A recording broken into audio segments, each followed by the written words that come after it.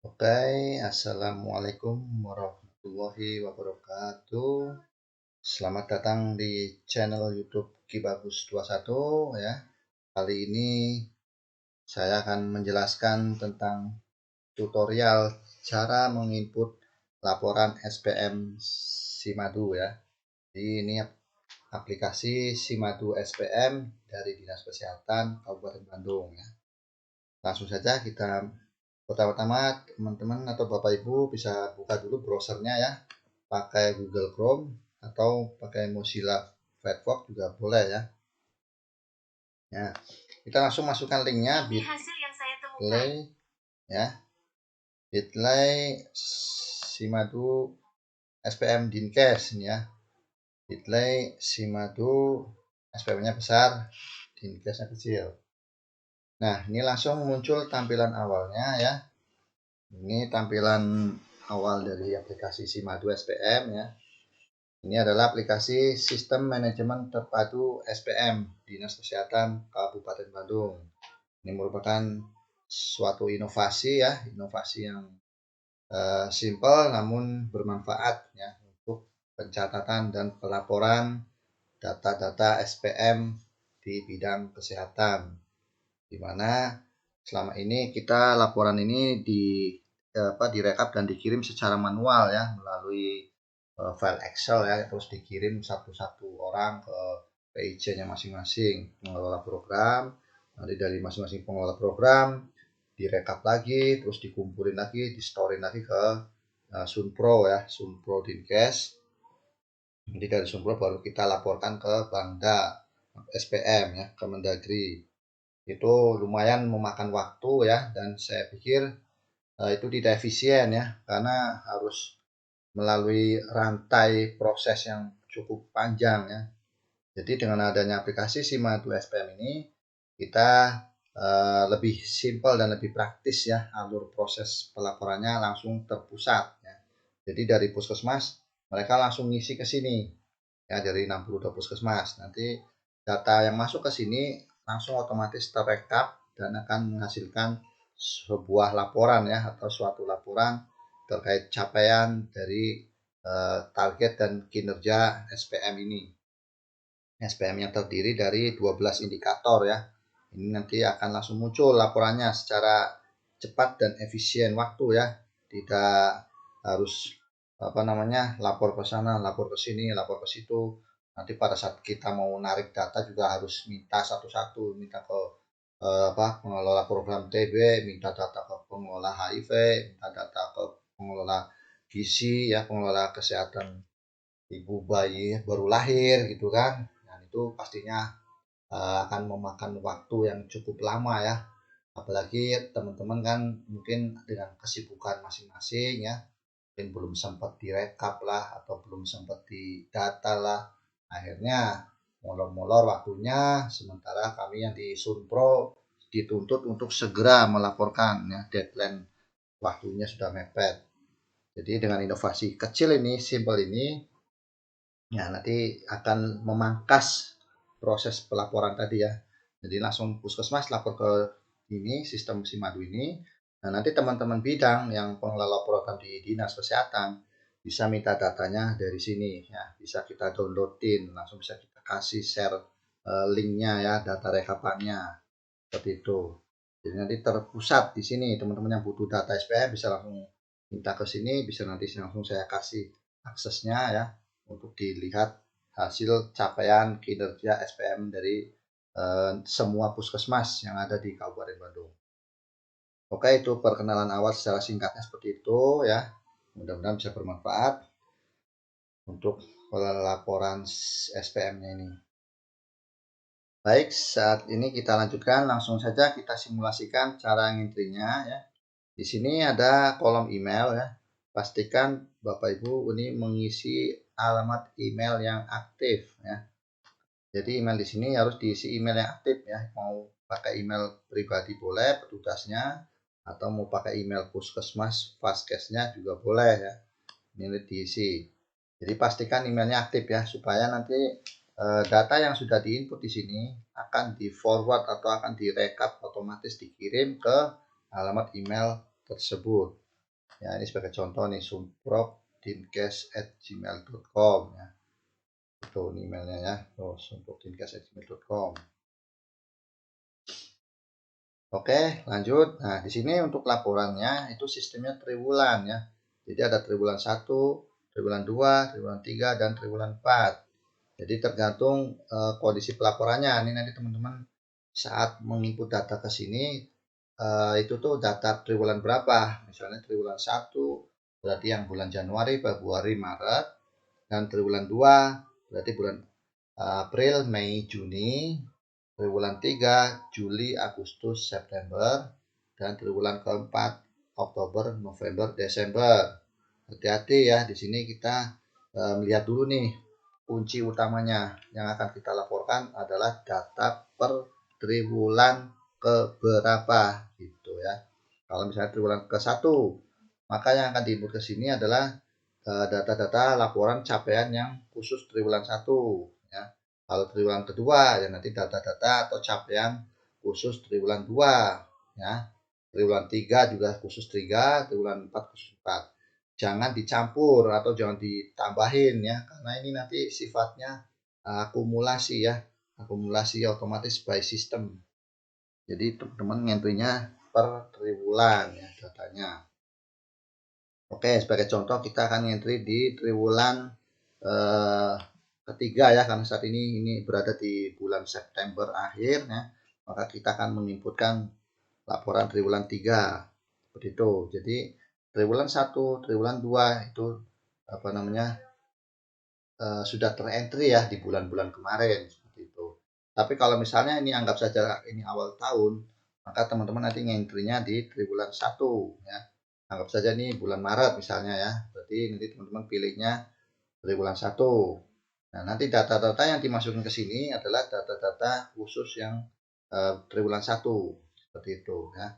Kalau triwulan 2 ya triwulan 2, triwulan 3, triwulan 3 diisinya triwulan keempat, berarti data khusus triwulan 4. Selanjutnya ini pilih Vaskes ya. Ini sudah disetting sedemikian rupa, ada 62 puskesmas ya. Tinggal dicari nama puskesmasnya. Misal ini sebagai contoh Balendah nih ya, Balendah. Nah, terus alamatnya ini udah diketik ya, ini contoh tadi saya ketik ya. Jalan Balendah misalnya ini contoh ya. Terus nanti ini nama pelaksana atau penanggung jawabnya misalnya Ki Bagus ya. Nah, terus nomor HP petugasnya ini misalnya nomor HP si petugasnya ya. Isi next. Nah, tampilan selanjutnya ini kita harus memasukkan data pagu anggaran dan realisasi anggaran kegiatan SPM-nya. Ya, jadi ini kan kita punya 12 indikator ya. Ada 12 indikator SPM ya, mulai dari pelayan ibu hamil ya, ibu bersalin, bayi baru lahir dan sampai pelayanan penyakit HIV ya, ada 12. Nah, di sini sebagai gambaran awalnya ini pagu tergantung teman-teman ngisinya ya. Ini kan kita tadi contoh pakai data triwulan ke-1 ya misalnya. Nah, berarti pagu anggaran ini yang pelayan ibu hamil. Misal teman-teman dalam setahun itu dapat pagu berapa? Sebagai contoh, dalam setahun dapat pagu 10 juta misalnya nih. Nah, ini untuk ibu hamil ya, kan data dia pagunya 10 juta itu setahun. Nah, berhubung ini laporannya adalah per triwulan, maka dibagi 4 ya. Karena ini triwulannya ada 4 ya. Ada TW1, TW2, TW3 dan TW4. Berarti pagu anggaran di sini yang dimasukkan adalah pagu setahun dibagi 4 ya. Jadi contohnya 10 juta, maka dibagi 4. Jadi yang diinputkan adalah 2.500.000. Seperti itu ya. Ini pagu yang diinputkan. Terus realisasi di sini, realisasi anggaran yang kita serap atau yang sudah kita cairkan, yang sudah kita laksanakan kegiatannya terkait pelayanan ibu hamil, itu juga realisasi per triwulan juga ya. Dalam hal ini misalnya TW1, maka yang kita masukkan ke sini adalah realisasi anggaran per TW1 saja ya. Tidak boleh ditambah dengan TW2, TW3, TW4. Jadi misalnya nanti pada saat ngentri laporan TW3, maka yang dimasukkan ke sini adalah khusus data-data triwulan ketiga saja. Tidak boleh ditambahin triwulan ke-1, triwulan kedua, triwulan ketiga ditambah-tambah-tambah, jangan ya. Nanti rancu karena ini sifatnya akumulatif ya. Jadi nanti otomatis dia akan ngejumlah sendiri by system di saat pelaporan dan hasil akhirnya nanti di dalam sistemnya. Ya, jadi pastikan kunci utamanya adalah teman-teman fokus data-data sesuai triwulannya ya. Kayak gitu. Misal nih realisasi di bulan triwulan pertama misalnya nih Januari, Februari, Maret kita sudah mencarikan 2.250.000. Misal gitu ya. Karena apa? Karena ini yang data dimaksud ini adalah khusus triwulannya. Kalau triwulan 1 berarti khusus pencairan di bulan Januari, Februari, Maret saja. Ya, gitu. Kalau misalnya triwulan kedua, maka yang ditulis di sini adalah khusus data-data yang di bulan April, Mei, Juni. Seperti itu ya. Terus kalau triwulan ketiga, maka khusus data-data yang di bulan Juli, Agustus, September. Seperti itu. Begitu juga triwulan keempat, maka yang diinputkan adalah data-data yang capaian dari bulan Oktober, November, Desember. Seperti itu ya, jadi hanya 3 bulan yang kita masukin datanya. Nanti pada saat akhir tahun, nanti di triwulan keempat, nah itu akan otomatis menjumlah secara sistem ya. Dari triwulan 1 dulu udah diinput sekian, triwulan 2 diinput sekian, triwulan 3 diinput sekian, triwulan keempat diinput sekian. Nanti hasil akhirnya akan mengglobal jadi satu ditambahin by sistem ya. Jadi langsung ketahuan setahun sekian. Itu. Makanya ini perlu saya tekankan ya, wanti-wanti ke teman-teman Bapak Ibu semuanya. Yang dimasukkan di sini adalah realisasinya per triwulan ya. Jadi jangan dicampur dengan triwulan yang lainnya seperti itu. Kayak pagu juga nih, misalnya nih pagu ibu bersalin ya. Nah, ini pagu ibu bersalin contoh nih saya input 5 juta. Karena apa? Karena pagu dia itu selama setahun untuk ibu bersalin itu ada 20 juta ya. Pagu setahunnya 20 juta. Terus dibagi 4. Ya, dibagi 4 jatuhnya 5 juta. Itu ya. Jadi yang dimasukin di sini adalah data per triwulannya ya. Jadi 4 kali ya, 4 triwulan. Terus realisasi anggarannya juga sama. Realisasi anggaran yang kita masukkan adalah realisasi khusus triwulan tersebut. Misalnya triwulan ke-1 ya berarti cuma Januari, Februari, Maret. Dan saat ini misalnya ini udah di bulan September akhir, berarti yang kita masukin ya realisasi pada saat bulan Juli, Agustus, September saja. Seperti itu. Ini sebagai contoh 3,5 juta ya. Nah, seperti itu. Jadi teman-teman jangan salah paham ya. Ini jangan sampai ini di sini misalnya pagunya setahun ibu persen 20 juta. Udah wes ini terus 20 juta misalnya. Nah, itu nggak boleh ya. Karena apa? Ini nanti pada saat ini ditulis 20 juta. Terus kalau realisasi di triwulan ketiga cuma 3,5 juta, nanti terkesan jomplang banget tuh. Ya kan? Seolah serapan anggarannya itu kurang maksimal ya. Atau nanti disangka anggarannya masih sisa-sisa banyak nih. Padahal itu seharusnya sudah mepet, sudah istilahnya tinggal dikit ya anggarannya.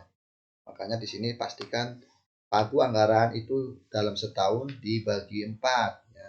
Jadi di sini ya tulisnya hanya 5 juta saja ya. Karena 20 juta dibagi 4 kan 5 juta tuh per triwulannya. Jadi pada saat diinput ke sini ini dibagi 4. Terus capaian realisasinya juga ini hanya khusus 3 bulan itu ya. Nggak boleh digabung dengan triwulan 1 ditambah triwulan 2 tambah triwulan 3, jangan ya. Jadi ini khusus yang dimasukkan sesuai triwulannya. Seperti itu ya, teman-teman.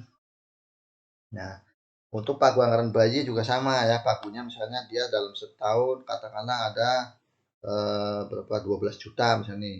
Ya kan? Nah, maka yang diinput di sini jangan 12 jutanya ya, tapi 12 juta dibagi 4 ya.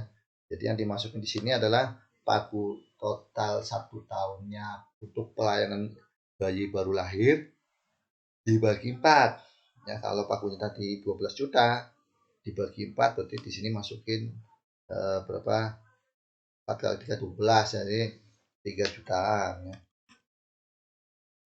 Seperti itu ya teman-teman. Jadi ini yang diinput sini adalah pagu anggaran yang sudah dibagi 4 karena kita posisinya per triwulan. Nah, realisasi anggaran juga sama. Ini yang sudah kita serap atau sudah kita laksanakan kegiatannya pada saat triwulan itu.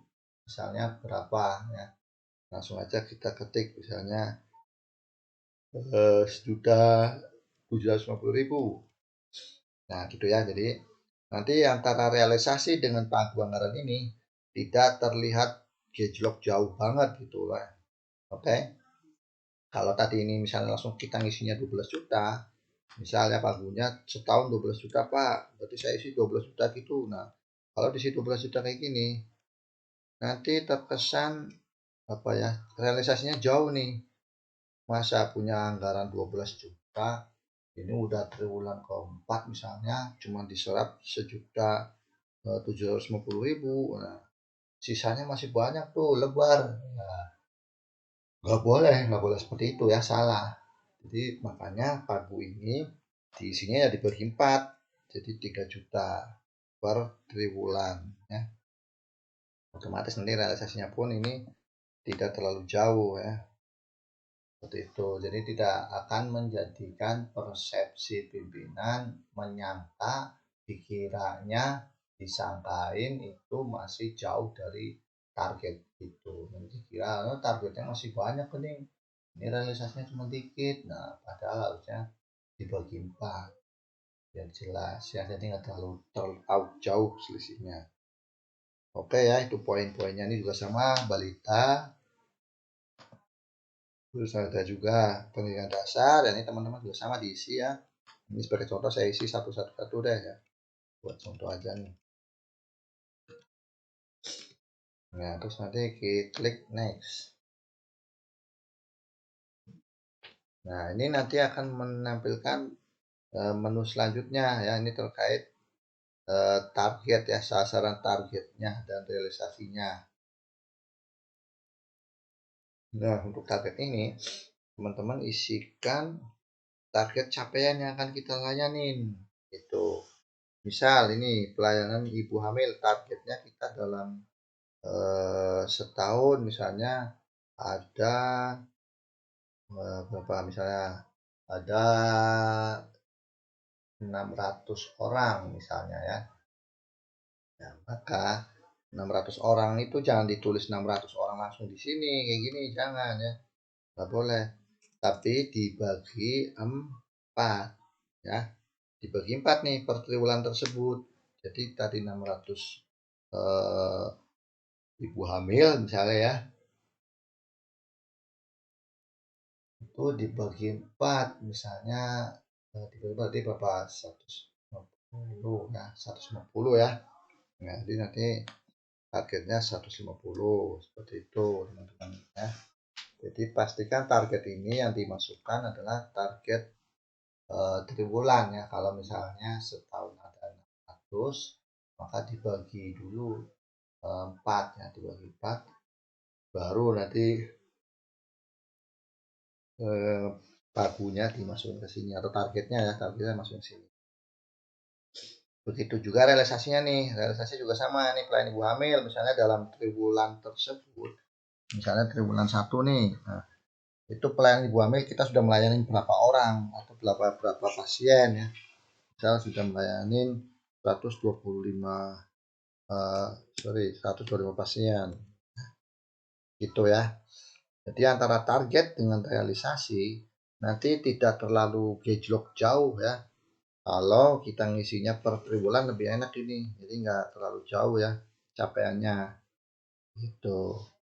Makanya ini jangan sampai salah paham ya, jangan sampai salah persepsi. Nanti target di sini ditulis setahunan langsung 600, setahun 600 Pak, ya udah isi 600, jangan ya, nggak boleh, nanti bikin pusing ya teman-teman.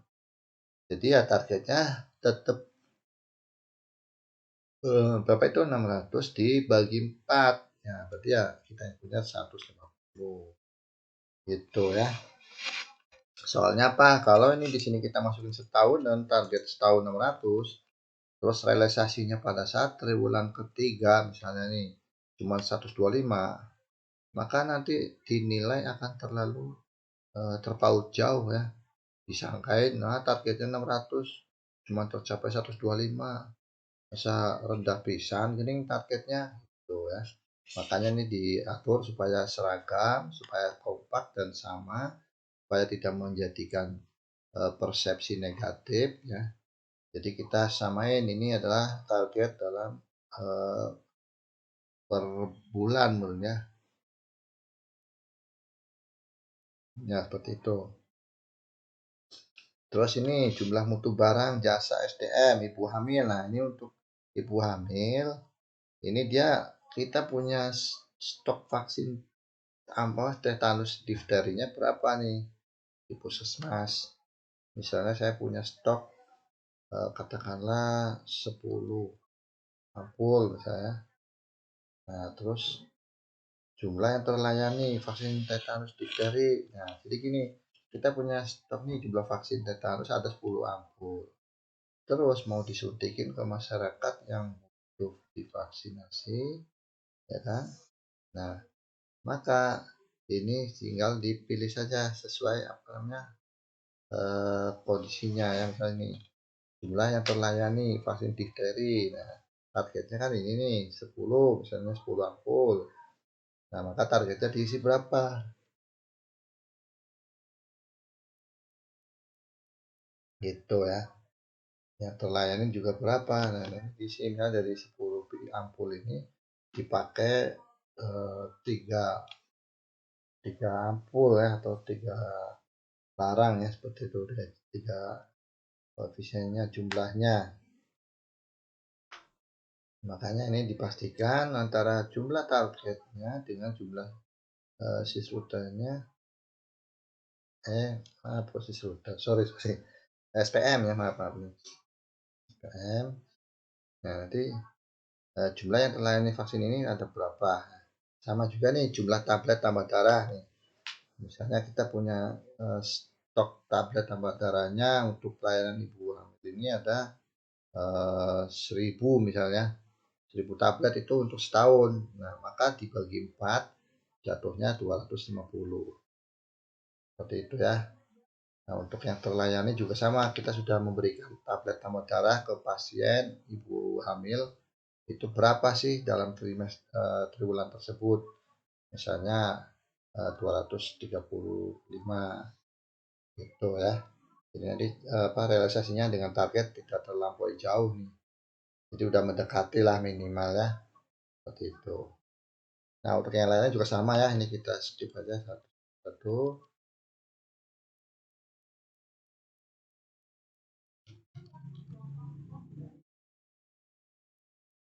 Nah, di sini nanti ada dokternya juga nih, apa kebutuhan perawatnya berapa, butuh dokter berapa, terus butuh apa misalnya perawat ya, dan lain-lain. Diisi saja sesuai kolom-kolomnya ya.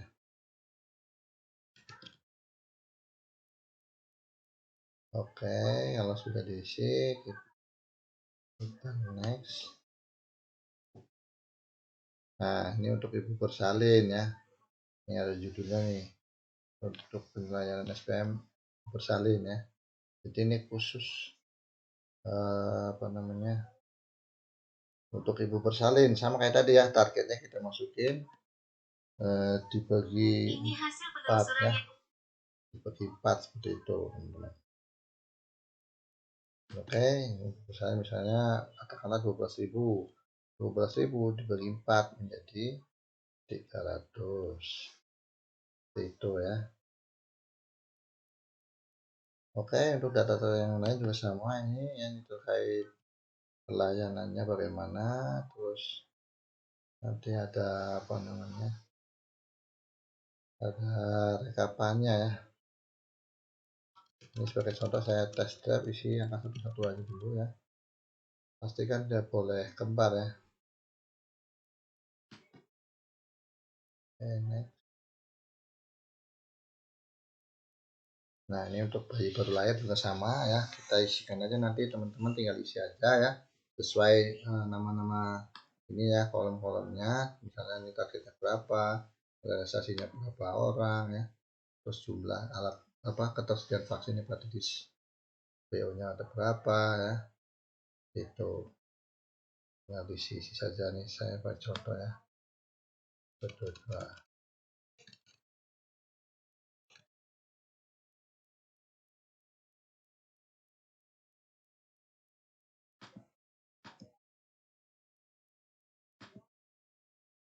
Nah, oke ya. Kita next. Nah, sama ya, ini juga sama. Ini untuk pelayanan balita. Misal targetnya berapa, realisasinya berapa ya. Ya bisa aja misalnya ini pulang saja 1 gitu ya. Terus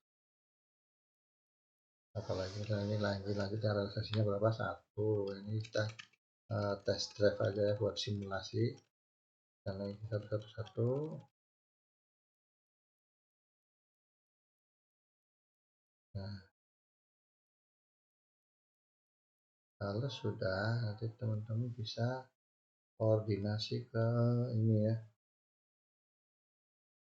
pemegang laporannya ya, supaya tercatat dan terekap satu pintu itu. Oke, ini ya seperti ini. Jadi kita coba aja tes isi satu ya ini ya.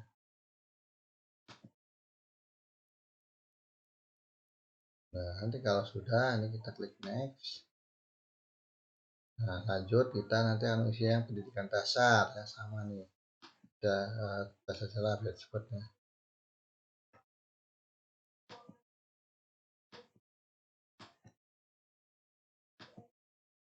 Ini udah targetnya berapa misalnya ya, 12.000 misalnya, targetnya 12.000, maka yang diinput di sini adalah 12.000 dibagi 4 ya, berarti berapa, 3 bulanan ya, pas 12 bulanan. Seperti itu teman-teman. Ini contoh aja ya. Tuh isi ya, jumlah ibu hamil, jumlah kemampuan alat.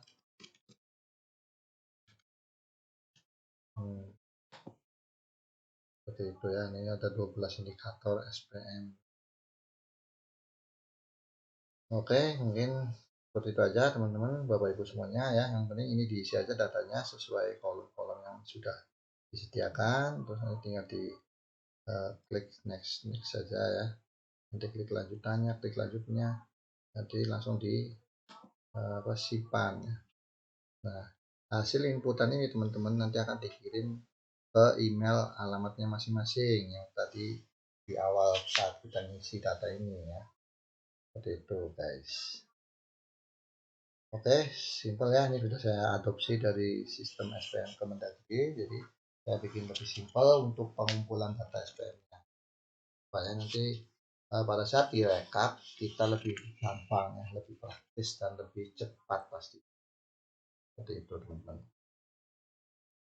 Oke, mungkin cukup sekian terkait tutorial aplikasi Simadu SPM-nya ini.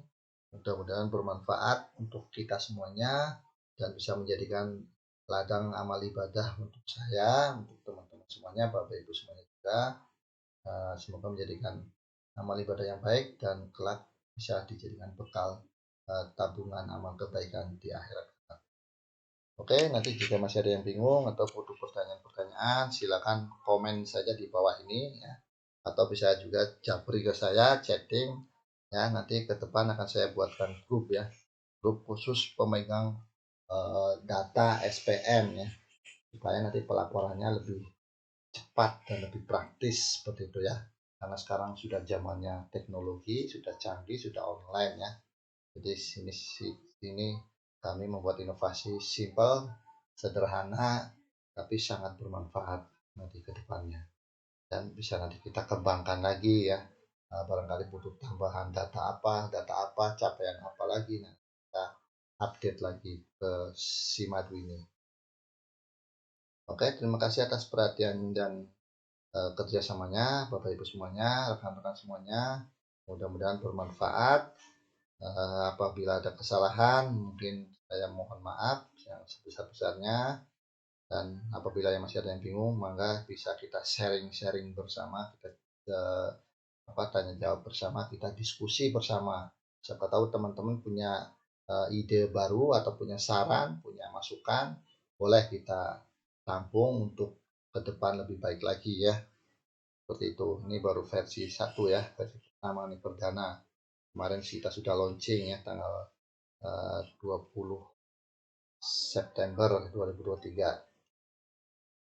Oke, sekian, terima kasih semuanya. Semoga kita semuanya dalam keadaan sehat walafiat, senantiasa dalam lindungan Allah Subhanahu wa taala, dan selalu dilimpahkan karunia rezeki, nikmat dan keberkahan serta pahala yang terus mengalir untuk kita semuanya.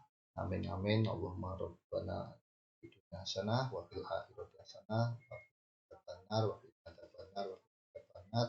Subhana rabbika rabbil izzati amma yasifun wa salamun alal mursalin walhamdulillahi rabbil alamin.